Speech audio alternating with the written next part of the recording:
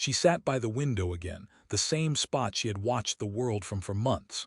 The glass was fogged from her breath, but she didn't bother to wipe it. Outside, people passed by in pairs, in groups, laughing, carrying flowers or groceries or children. Inside, she sat alone with a cup of tea gone cold long ago. They said it would be easy. "You'll find a good man," her friend had promised when she signed up to be a mail-order bride. "Someone who wants a wife, someone who will care for you." She had believed it. She had written letters, sent pictures, smiled for photographs, waited for replies. At first, she checked the post every morning with hope fluttering in her chest. But then, days turned to weeks, and weeks turned into months. The letters stopped coming. The world went quiet again. Each time another woman was chosen, she forced a smile. She told herself next time. But inside, something began to close. Maybe she wasn't pretty enough. Maybe she was too old, too plain, too quiet. Maybe love was just something that happened to other people. Still, every evening she brushed her hair, lit a candle, and prayed. Not for riches, not for beauty, just for someone who would see her and say, "You're the one I've been waiting for." That small hope kept her alive. Sometimes she would read stories about other brides, women who left everything behind and started new lives in faraway lands. Some found happiness. Others found heartbreak. But all of them were asterisk chosen. That was the word that haunted her. Chosen, wanted, needed. One night she wrote in her journal, "Maybe I'm not meant to be loved that way." The words looked heavy on the page, like they were made of stone. She closed the book and sat in silence, listening to the clock ticking in the corner. Each second felt like a whisper saying, "Wait, just a little longer." But how long could someone wait before hope turns into sorrow? She didn't know. All she knew was that she was tired, tired of trying, tired of hoping, tired of watching life move on without her. And yet, somewhere deep inside, a small voice still said, asterisk not yet, because stories don't end where loneliness begins. Sometimes that's where they finally start. Her name was Alina. She grew up in a small village where mornings began with the sound of roosters and the smell of baking bread. Her mother used to say that love was like sunlight. It always found a way through the cracks. But in Alina's life, the light seemed to slip away before it could stay.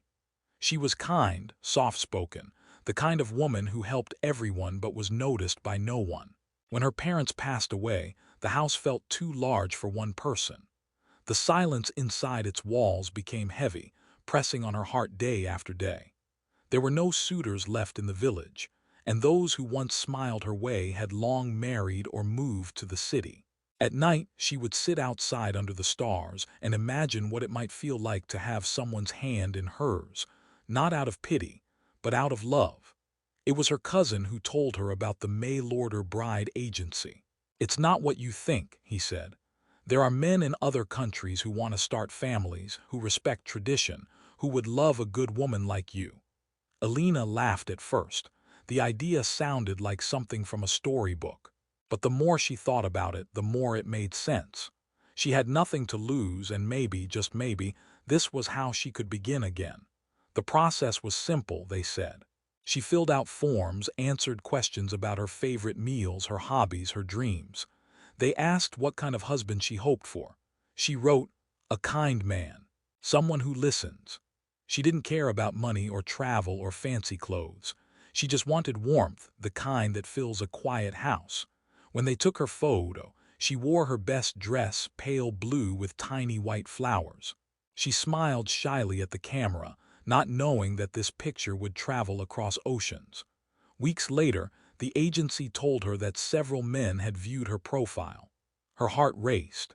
She imagined one of them reading her words, smiling, maybe whispering her name. For the first time in years, Hope didn't feel like a stranger. The letters began to arrive. Some were short, polite, without soul. Others were warm, thoughtful, filled with questions about her life. One man wrote, "You sound like the kind of woman who understands peace. I haven't known peace in a long time." She read that line over and over. She imagined his face, his hands, his voice. For a moment, she believed that this might be it, the start of something real. Days turned into weeks. She began to wait for the postman again, counting the hours until she could hold another letter. But then the letters stopped. No warning, no explanation, just silence. The man who had promised to write never did. The others faded away too, one by one, until her name felt forgotten again. Still, she didn't give up. She sent new letters, wrote about her garden, her cooking, the quiet beauty of her small world. "I may not have much," she wrote once, "but I have a heart that knows how to stay." The agency encouraged her, saying it sometimes took time. But time was what she had too much of already. One spring morning, she received an envelope with a photograph. A man stood beside a small house, his hand resting on the shoulder of a little girl. The letter said he was a widower. His wife had passed away 2 years earlier, and his daughter, only 6, needed a mother's care. He said he wasn't looking for perfection, just companionship, someone gentle, someone who could help him rebuild what life had taken. Elena held the photo close. The man's eyes looked tired but kind. The little girl smiled shyly, her hair in pigtails, her hands clutching a doll. Elena's heart stirred in a way it hadn't before. She didn't just see a husband, she saw a family. For days, she read that letter again and again. She wrote back, telling him about herself, about how she loved children, about her dreams of a home filled with laughter. And for the first time, he replied quickly. His words were warm, even a little clumsy, but sincere. He told her his daughter's name was Lily, that she liked to draw stars on everything, that she missed her mother dearly. He said, "Lily asks me sometimes if she will ever have a mommy again. I tell her maybe one day." Elena smiled through tears. She couldn't explain why, but she felt drawn to them. Maybe this was the reason her other letters had gone unanswered. Maybe fate had been waiting for this one. They exchanged letters for months. He told her about his work, his small town, the garden behind his house. She told him about her late parents, her village, and how she always dreamed of teaching a child to read. When he finally asked her to come, her hands trembled as she read the words. "If you still wish to, I would be honored for you to come. Lily and I would love to meet you." She packed carefully, her blue dress, a few photographs, her mother's locket. The villagers wished her well, though some whispered doubts. What if he isn't who he says he is? What if it's a mistake? Elena smiled and said softly, "Then I will find out for myself." The journey was long. The ship rocked through days of gray sea and pale sky. She spent her nights watching the waves, wondering what waited for her. When the ship finally reached the harbor, her heart beat so fast she could hardly breathe. She stepped onto the dock, her bag clutched tight, scanning the faces in the crowd. But no one was there. Passengers reunited with loved ones around her, laughter and tears filling the air. She stood alone, the wind tugging at her dress. Maybe he was late, she thought. Maybe there was a mistake. She waited for hours until the crowd thinned and the sky darkened. Still no one came. A kind porter asked if she needed help. She shook her head, forcing a smile, though her throat burned. She walked to a small bench nearby and sat down. The letter in her hand was already creased from being read so many times. She whispered his name, hoping he might appear. But all she heard was the cry of the sea birds and the echo of her own heart, breaking softly against the sound of the waves. She didn't know yet that fate was still watching, that even in her loneliness, someone was walking toward her. Not the man she expected, but the voice that would change her forever. The evening air was colder than she expected. The harbor was almost empty now, just the sound of waves slapping against the wooden posts and a few gulls calling in the distance. Elena sat on the same bench, her small suitcase beside her, staring at the horizon where the sun was beginning to fade. The letter in her hand trembled. She had read it so many times that the ink was beginning to smudge, but the words were still there. "I'll be waiting for you by the docks." He wasn't. At first she told herself it was a misunderstanding. Maybe the ship had arrived early. Maybe he was on his way. She waited as 1 hour slipped into 2, then 3. The dock workers began to leave, and the street lamps flickered on one by one, their yellow glow stretching long shadows across the pavement. Each time she heard footsteps, she lifted her head with hope. Each time it wasn't him. By the time night settled, her hope had started to crack. She tried to remember the way his handwriting looked: strong, a little uneven but real. He had sent her a photo, hadn't he? A man with kind eyes and a little girl in his arms. Could that have been a lie? Her stomach twisted at the thought. She didn't want to believe it. But then again, what other explanation was there? She took a deep breath, trying to keep her tears from falling. A kind woman from the port office came out, wrapped in a shawl. "Miss, are you waiting for someone?" she asked gently. Alina nodded. "He was supposed to meet me here." The woman frowned, looked at her suitcase, then back at her face. "It's getting late. There's an inn down the road. You can rest there tonight." Rest. The word sounded strange when all she could feel was the ache in her chest. But she thanked the woman, gathered her things, and walked slowly toward the small inn with the flickering sign. Inside, the walls smelled of wood smoke and salt. The innkeeper showed her to a small room with a narrow bed and a single window. When the door closed, silence filled the space, heavy, thick, almost unbearable. Alina sat on the bed, still clutching her letter. She wanted to believe this wasn't the end of her story, but every sound outside, every distant voice, every closing door, felt like another reminder that she had been left behind. She didn't sleep much that night. Every few minutes she thought she heard someone calling her name, only to realize it was the wind. When dawn finally came, she washed her face, tied her hair neatly, and went back to the docks. Maybe he would be there this time. Maybe he had simply been delayed. But when she arrived, it was the same. Empty pier, restless sea, strangers passing without a glance. She asked around: the ticket clerk, the shopkeeper near the port, the fishermen cleaning their nets. No one had seen a man waiting with a little girl. Her heart sank. She didn't know whether to be angry or broken. Maybe he had changed his mind. Maybe he had found someone else. Maybe he had died. The possibilities swirled in her mind like a storm she couldn't stop. For days, she stayed in that small town by the sea, hoping for a letter or a message that never came. Her savings were running low, but she couldn't bring herself to leave. Each morning, she returned to the harbor just to stand there, watching ships come and go. Each evening, she went back to her room, her eyes red from waiting. People started to notice her. The baker on the corner gave her a roll for free one morning. The innkeeper's wife asked softly, "Are you sure he's coming, dear?" Alina could only smile faintly and say, "He promised." But even she could hear the uncertainty in her own voice. One afternoon, rain began to fall, first a drizzle, then a steady downpour. She stayed under the overhang of a small shop, watching the street turn into a silver river. Across the road, she saw a group of children playing in the puddles, their laughter echoing through the quiet town. For a brief moment, she forgot her sorrow. She watched them splash and run, their joy untouched by the gray sky. And then she saw her, a little girl no older than 6 or 7, standing apart from the others. Her clothes were worn, her shoes muddy, but her face was full of something Alina hadn't seen in a long time: curiosity, hope. The girl was staring straight at her. At first, Alina thought it was just coincidence. But then, slowly, the child crossed the street, clutching a small, soaked piece of paper in her hand. When she reached Alina, she looked up with wide eyes and said, "You're her." Alina blinked. "I'm who?" The girl smiled shyly. "The lady from the picture." She held out the damp paper. It was a photograph, the same one Alina had been sent months ago.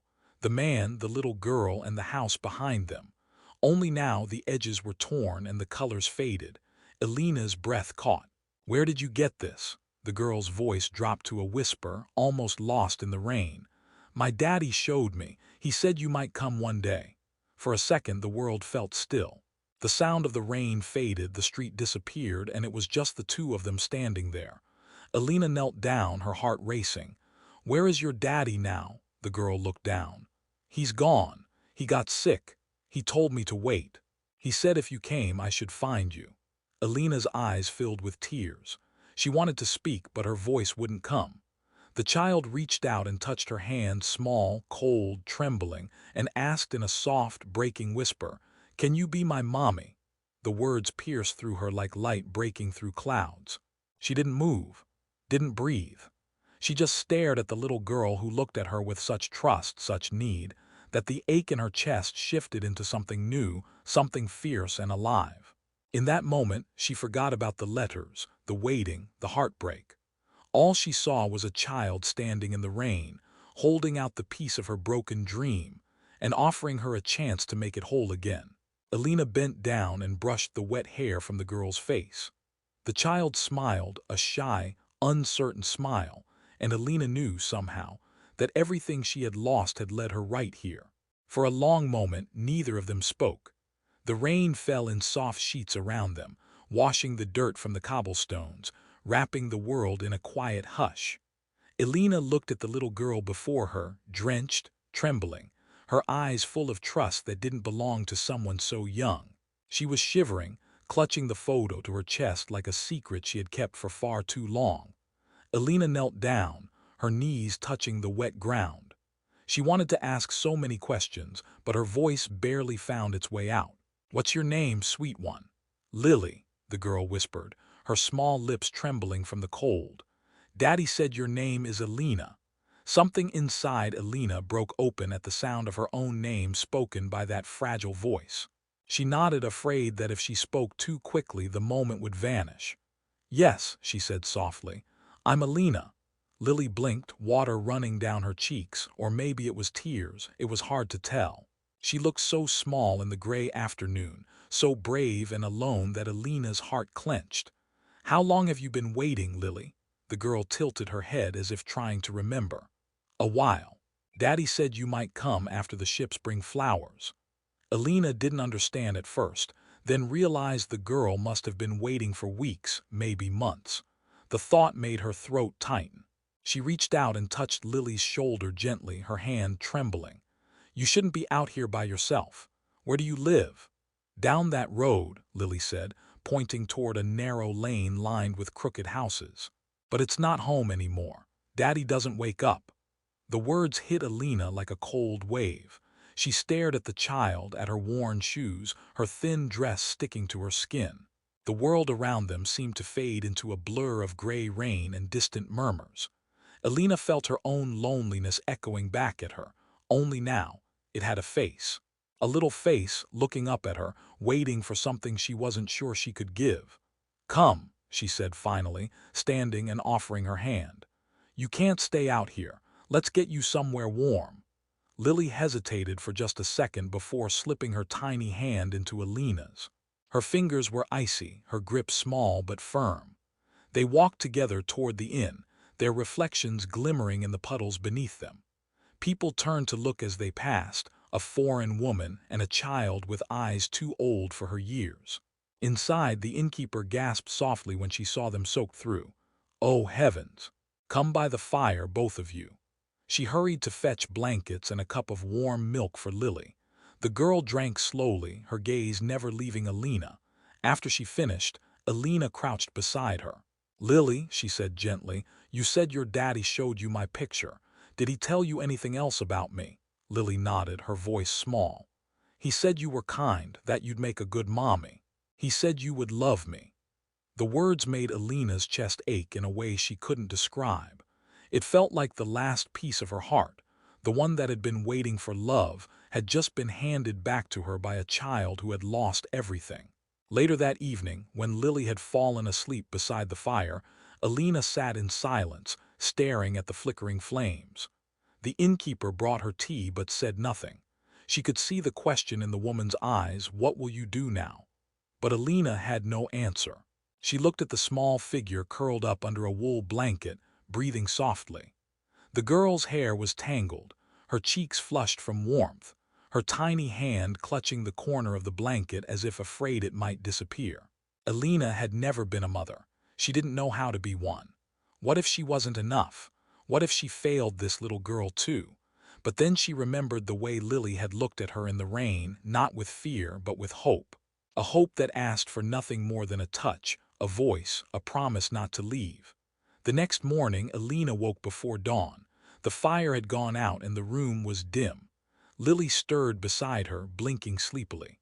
"Are we going home now?" she asked. Alina paused. "Home?" Lily nodded. Daddy said when you come, I'll have a home again. Alina swallowed hard. She wanted to tell the truth that she had no home here, no family, no plan.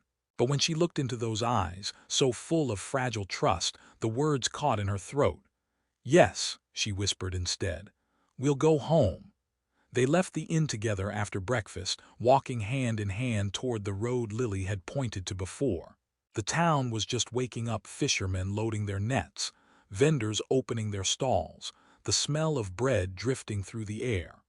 To everyone else, they looked like any other woman and child starting their day.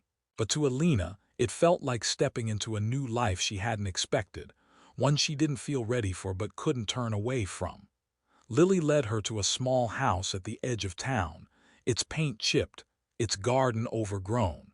Inside, the air was still, filled with the faint scent of old flowers and dust. A single photo sat on the table, the same one from before, but this time, framed. Alina stood in the doorway for a long time, her hand resting on the back of a worn chair. She could almost feel his presence there, the man she had written to, the one who had believed enough to tell his daughter about her. He had been real after all, and somehow his last wish had brought her here. Lily ran to the window, pressing her face against the glass. Can we stay here, Miss Alina? The title made Alina's heart twist. She wanted to say no, to explain that she didn't belong here, that she wasn't anyone's mother. But then Lily turned around and smiled. A small, uncertain smile that reminded her so much of the one she used to wear when she still believed love would find her. Alina knelt down again, brushing a strand of hair from the girl's face. You don't have to call me Miss Alina, she said softly. Lily tilted her head. What should I call you then?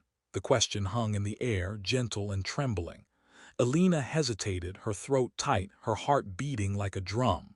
The little girl took a tiny step closer, her eyes wide, searching, waiting. And then, in a voice barely louder than a breath, she whispered again, the same words that had changed everything. Can I call you Mommy? The world seemed to stop for a moment. Alina felt warmth rise from somewhere deep within her chest, pushing through the walls she had built. Tears welled in her eyes as she pulled the child close, feeling her small arms wrap around her neck. She didn't know what tomorrow would bring, but for the first time in her life, she didn't feel alone. The days that followed were quiet but full in a way Alina had never known before. The little house, once empty and still, began to breathe again. In the mornings, sunlight slipped through the thin curtains, falling across the wooden floor where Lily liked to sit and draw. The sound of her humming filled the space, soft and uneven, like a song she was still learning. Alina would stand in the doorway, watching, her hands wrapped around a cup of tea, unsure how such a small voice could make a home feel alive again. At first, everything felt fragile, as if one wrong move might break whatever this was between them. Lily was shy but curious, asking small questions in a careful tone. Do you like apples? Can I sleep near you tonight? Will you be here in the morning? Each question carried something deeper, something that sounded a lot like fear, the fear of being left again. Alina answered each one gently, even when her voice trembled. Yes, I like apples. Yes, you can. Yes, I'll be here. She didn't know how long she could stay, didn't know what the future would demand of her, but every time Lily smiled, the world outside the house faded away, and the only thing that mattered was that she was there now. They learned each other slowly. Lily talked about her father in little bursts, as if trying to hold on to fading memories. He used to make pancakes on Sundays, she said one morning while sitting on the kitchen counter, her feet swinging. He said he wasn't very good at it, but I liked them anyway. Alina smiled softly. Maybe we can make pancakes too. So they did. The first batch was too thin, the second one burned, and the third one finally came out just right. Lily clapped her hands, laughing, her cheeks smudged with flour. For a brief moment, Alina saw something pure, joy, real and effortless, something that didn't belong to loneliness or loss. In the afternoons, they worked in the garden together. It had once been wild and tangled, but Lily liked to dig in the dirt, and Alina didn't have the heart to stop her. They planted flowers, daisies, marigolds, a small patch of lavender near the fence. The scent filled the air, mingling with the sound of laughter and birds.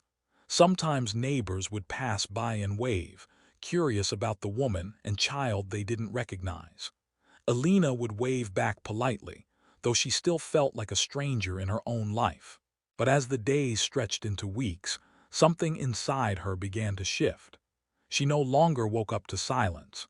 She woke up to small footsteps, to giggles, to the feeling of little fingers tugging at her blanket.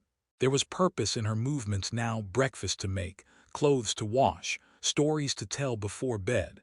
Every act, no matter how small, stitched her heart a little closer to the girl who had once stood in the rain and called her mommy. Still, there were moments of doubt. At night, when Lily was asleep, Alina would sit by the window, the moonlight falling across her face, and wonder what she was doing. She wasn't a mother. She had no papers, no plans, no certainty. What if someone came asking questions? What if the world decided this wasn't hers to keep? Sometimes she dreamed of the man from the letters. In her dreams, he wasn't sick or gone. He stood at the doorway smiling, his hand resting gently on Lily's head. "Thank you," he would say, "for coming." She would wake up with tears on her face, unsure if they came from sorrow or gratitude. But Lily never questioned her place. To the child, Alina was simply there, cooking, teaching her songs, braiding her hair, holding her when nightmares came. And in that simple truth, something sacred grew between them, steady and real. One evening, after a long day of cleaning and tending the garden, they sat outside watching the sunset. The sky was painted in soft shades of gold and rose, the air smelling faintly of rain. Lily leaned against Alina's arm, quiet, thoughtful. "Mommy," she said softly, "do you think Daddy can see us from heaven?" Alina froze for a moment. The word still felt new, fragile, like something she was afraid to break. She took a slow breath. "Yes, sweetheart, I think he can." "Do you think he's happy?" Lily asked. Alina looked out at the horizon, her eyes glistening. "I think he's very happy," she whispered. "Because you're loved." Lily smiled, her small fingers tightening around Alina's hand. "Then I think he's smiling right now." The wind stirred the flowers in the garden, and for a brief second, Alina felt something she hadn't in years: peace. As summer deepened, the house began to change even more. Lily's drawings covered the walls: crooked hearts, stick figures, flowers taller than trees. In every picture there were two people holding hands, one small, one tall. Sometimes Lily would hold up a drawing and say, "That's us," her grin wide and proud. Alina began to hum when she cleaned, to laugh when Lily told silly stories. She even started baking again, something she hadn't done since her mother died. Each loaf of bread, each little moment, became proof that she could build something new from all she had lost. But joy doesn't erase the past, it only softens it. Some nights, Alina would wake suddenly, haunted by the thought that all of this could disappear. The world had taken so much from her already. What if it asked for this too? She would look at Lily sleeping beside her, her hand resting gently on Alina's arm, and whisper a silent prayer that tomorrow would not take this away. Lily began calling her mommy, without hesitation now. It wasn't a question anymore, it was a truth, one spoken naturally, as if it had always been that way. Every time Alina heard it, her heart swelled with something warm and aching. It was both joy and fear, love and vulnerability intertwined. One afternoon, while folding laundry, she found one of Lily's drawings tucked beneath the pillow. It was a picture of their small house, the sun shining above it, and three figures standing outside: Lily, Alina, and a man drawn with broad shoulders and kind eyes. Beneath it, in shaky handwriting, Lily had written, "My family." Alina sat on the bed, the paper trembling in her hands. She traced the crayon lines with her fingers, her throat tightening. She realized then that this little girl wasn't just healing her loneliness. She was rewriting her entire story. Every moment that had once felt empty was being filled with laughter, crumbs on the table, muddy shoes by the door. Every piece of the life she thought she had lost was returning in a different shape, smaller, softer, more real. And somewhere in the quiet rhythm of their days, Alina began to understand what love really was. Not a grand promise or a waiting dream, but the steady act of showing up, every morning, every meal, every small word whispered in the dark. Love, she realized, was not something she had to be chosen for. It was something she had been growing into all along, without even knowing it. The first snow of the year came quietly, like a secret falling from the sky. Elena woke to the sound of wind against the windows and the faint giggle of Lily trying to catch flakes on her tongue outside the door. The world beyond the little house had turned white overnight. The garden they had tended through the summer now lay hidden under a soft blanket, and the air carried the clean scent of winter. She stood at the doorway, watching the girl spin in circles, her laughter rising into the cold morning. It had been months since that day in the rain, but sometimes Elena still found herself startled by how much had changed. The woman who once sat alone by the window waiting for a letter was gone. Now, her days were measured not by silence, but by the sound of small footsteps and bright laughter echoing through the rooms. When Lily spotted her, she ran toward her, arms wide, her nose red from the cold. "It's snowing, Mommy. It's really snowing." The word still made Elena's heart flutter every time. She knelt and wrapped her arms around the girl, her breath forming clouds in the air. "It is," she whispered, brushing the snowflakes from Lily's hair. "And it's beautiful." Lily nodded eagerly. "Can we make pancakes after?" "Like before," Elena smiled. "Of course." Inside, the fire crackled, and the smell of butter and sugar soon filled the air. Lily sat on the counter, her legs swinging as she stirred the batter, humming softly. Every few minutes she'd look up and grin, her cheeks flushed, her eyes bright. "You're good at this," Elena said, teasing gently. "Maybe you'll be the one cooking soon." "I'll cook for you when I'm big," Lily said proudly. "I'll make pancakes every day so you never have to be hungry." Elena laughed, her heart warming at the thought. "Then I'll never go hungry again." After breakfast, they spent the day near the fire. Lily liked to draw while Elena mended clothes or read aloud from old books. The walls of the house were no longer bare. They were covered in drawings, notes, and memories. The once empty shelves now held folded blankets, little clay figures, a doll with one missing shoe. Every corner carried their life in it, imperfect but full. As evening came, the wind picked up, rattling the shutters. Lily curled against her side, half asleep, holding her favorite drawing, the one of their house, with all three of them together. Her head rested against Elena's chest, and her breathing slowed into a soft rhythm. Elena looked down at her and felt the familiar ache, the one that was both joy and sorrow. She had lost so much before she found this. She had waited, been forgotten, left standing at docks, her heart heavy with disappointment. And yet somehow every closed door had led her here to this small house, this little girl who had whispered a question that changed her world. Outside, the storm grew stronger. The snow fell thick and steady, covering everything in white. For a moment, Elena imagined what the world looked like beyond this town, ships arriving at faraway harbors, people rushing through cities, letters still being written and sent to strangers. Once she had dreamed of being chosen by someone from that world. Now, she realized she no longer needed to be chosen. She had chosen her life, and the little one sleeping beside her. The next morning, the snow was deep, and the town was quiet. Elena bundled Lily in her coat, and they walked to the bakery at the corner for flour. The streets glimmered under the sunlight, and their footprints trailed behind them in neat pairs. People they passed waved and smiled, some called out her name, others stopped to say hello to Lily. It surprised Elena sometimes, how they had become part of this place without even trying. At the bakery, the baker leaned over the counter and handed Lily a small bun. "For the little artist," he said with a wink. Lily grinned and thanked him, her small voice polite but happy. As they walked back home, Lily's hand slipped into hers again. "Mommy," she said quietly, "can I tell you something?" "Of course." "I had a dream last night," Lily said. "Daddy was there. He said he was happy because I wasn't alone anymore." Elena stopped walking for a moment. The street was quiet, snow crunching under their boots. She looked down at the girl, her eyes glistening in the sunlight.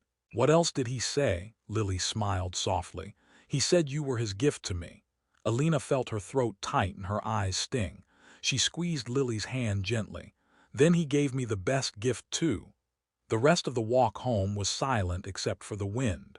But inside, her heart was louder than ever, full, steady, alive. When they reached the house, Lily ran to the window and began drawing shapes on the fogged glass. Hearts, stars, and finally, two stick figures holding hands. Alina lit the fire again, listening to the crackle and pop of the wood.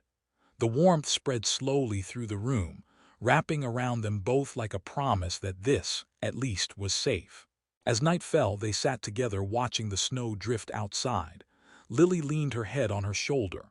"Mommy," she murmured, "what if I grow up and you get lonely again?" Alina smiled faintly, brushing a strand of hair from her face. "Then I'll remember how you found me," she said softly, "and I'll never feel lonely again." Lily looked up at her, sleepy-eyed and curious. "Because I whispered," Alina nodded. "Because you whispered." The firelight flickered across the walls, casting soft shadows that danced like memories. Lily's eyes fluttered closed, and soon her breathing fell into that slow, peaceful rhythm again. Alina stayed awake for a long time, just watching her. The sound of the wind outside felt different now, not lonely, but protective, like the world was keeping them hidden from all that could take this away. She thought about how life had turned, not in grand moments but in quiet ones, a letter, a delay, a whisper in the rain. Every heartbreak, every lonely night had led her here. The path had been cruel, but it had brought her to love, not the kind she had asked for, but the kind she needed. The candle on the table flickered low, its flame shrinking to a soft glow. Alina reached over, tucking the blanket around Lily's shoulders. The little girl murmured something in her sleep, something about pancakes and stars, and Alina smiled through tears she didn't bother to wipe away. Outside, the snow kept falling, covering the old world in silence, building a new one where two hearts had found each other.